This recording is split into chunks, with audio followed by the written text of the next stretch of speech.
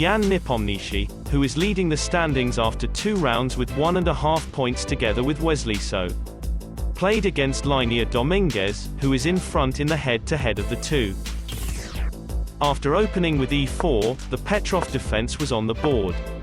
And with pawn on d4 and bishop on d3, Nepomniachtchi, as in round 1, again opted for the Steinitz attack, a more aggressive variation in this rather drawish opening.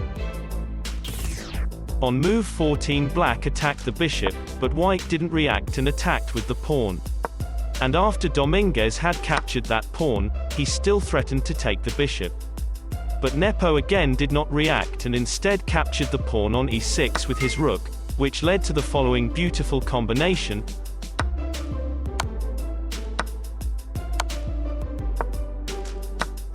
And finally to the win of a pawn. Looking at the position on the board, one could conclude that the game was already in the endgame on move 19. But the extra pawn didn't really count for much due to the worse pawn structure, and so on move 44 it came to this position, in which after the exchange of the rooks, both kings were able to collect the remaining pawns and thus faced each other alone on the board.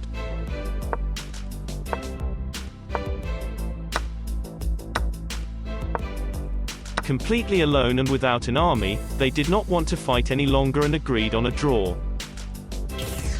Richard Rapport, who is at his career high as world number 5, faced 20-year-old local hero Bogdan Daniel Deac, who has played a decent tournament so far. After d4 there was a Nimzo Indian on the board. This hypermodern opening was developed by Aaron Nimzowicz, who introduced it to master-level chess in the early 20th century. Black's delay in committing to a pawn structure makes this opening a very flexible defense to d4. Rapport, who again preferred attacking the opponent's king to the safety of his own king, castled only on move 16, naturally to the more offensive side. White's knight move on e4 allowed Black a knight fork and thus the gain of an exchange.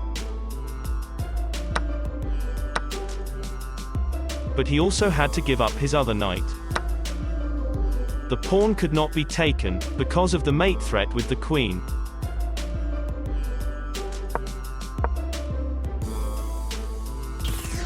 Rapport continued to play his attractive offensive chess, but Deac understood the position as well and played the only move that ensured an even position, king to g8. Rapport gave up his bishop to continue the attack. Deac led +1 on material, but the position was evaluated with 0.0. On move 40, however, Rapport made a serious mistake. Instead of giving check with the knight on f6 and keeping the game even, he attacked the rook with his knight and overlooked the fact that Deac could capture with his queen on f4 and at the same time threatening to capture the rook on d2 with check.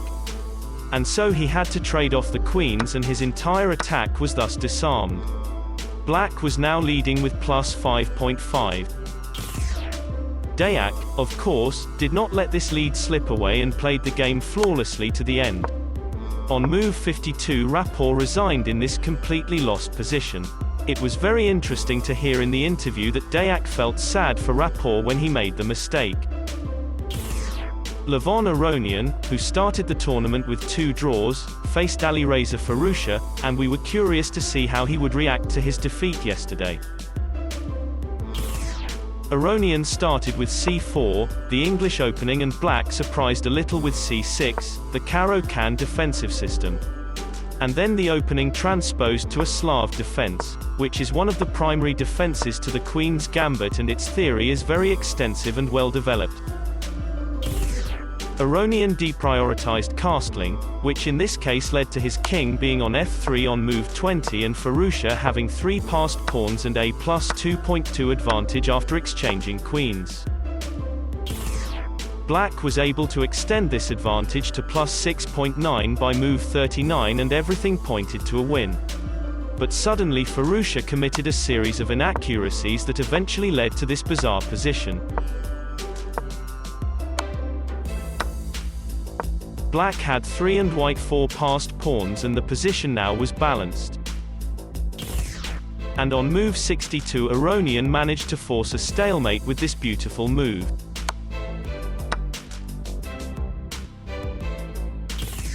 After round 3 of the Grand Chess Tour 2022 in Romania, Wesley So, Jan Nepomniachtchi and Bogdan Daniel Deac are in the lead.